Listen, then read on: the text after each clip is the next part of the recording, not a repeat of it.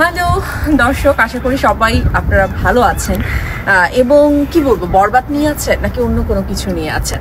আসলে আমাকে এত সবাই ইনবক্স করছে যে আপু এই টাইমটা তো বরবাদের, কেন আমরা অন্য কিছু নিয়ে কথা বলছি। এখন আমারও তো সেটাই প্রশ্ন। ইনফ্যাক্ট আমার মন থেকে আসলে বরবাদটা আসে আসন্ন ঈদ, আর মাত্র একটা মাস, রোজা রমজানের মাসটাই তো, এবং শেষটাতেই আমাদের বরবাদ। তো এটা আসলে এতটা কাছাকাছি সময় চলে এসছে যে আমার মনে হয় প্রডিউসার বলুন, ডিরেক্টর বলুন, তাদের জায়গা থেকে একটা বিশাল দায়িত্বের জায়গা। প্রথমত তাদেরই দায়িত্ব যে আমরা যদি এখন আসলে কন্টেন্টগুলো পাই, রাইট, যেমন এই মাসের শেষের দিকটাতেই হয়তো আমরা টিজার অথবা আমরা একটা সেকেন্ড লুক কিছু একটা তো পেতে যাচ্ছি।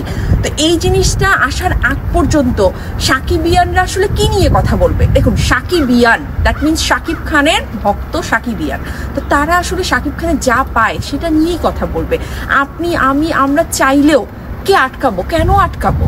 শাকিব খান তো এটা, তো তার যা আসবে সেটা ঘিরেই কথা হবে, এটাই স্বাভাবিক।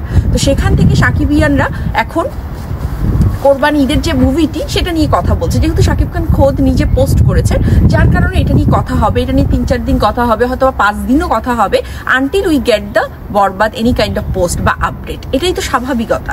এখন আমি কাকে কেন আটকাবো, কেন বলবো?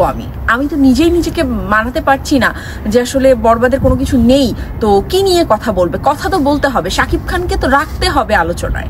তো সেটার জন্য সামনে যা আসবে সেটা নিয়েই কথা বলতে হবে। আশা করি যারা মানে এরকম ভুল বোঝাবুঝির মধ্যে আছেন তারা বুঝতে পারবেন।